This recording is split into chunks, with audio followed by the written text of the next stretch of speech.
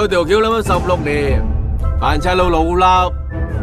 以前左輪改 AK， 今日小巴改警車。點解唔揾個白色噴白佢，跟住由差佬2個字喺度咁咪快咯？噴白佢始終都係個白色嘅 van 仔，噴黑你始終都係個黑色嘅賊。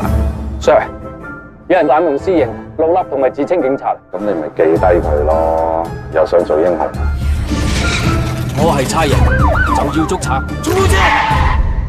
兄弟有冇？錢有冇？乜都冇，有冇搞錯啊？兄弟唔可以咁樣嘅，揸嘅我要見人，死嘅我要見屍。答咗我啦！搶女搶屍！差人停車！開車！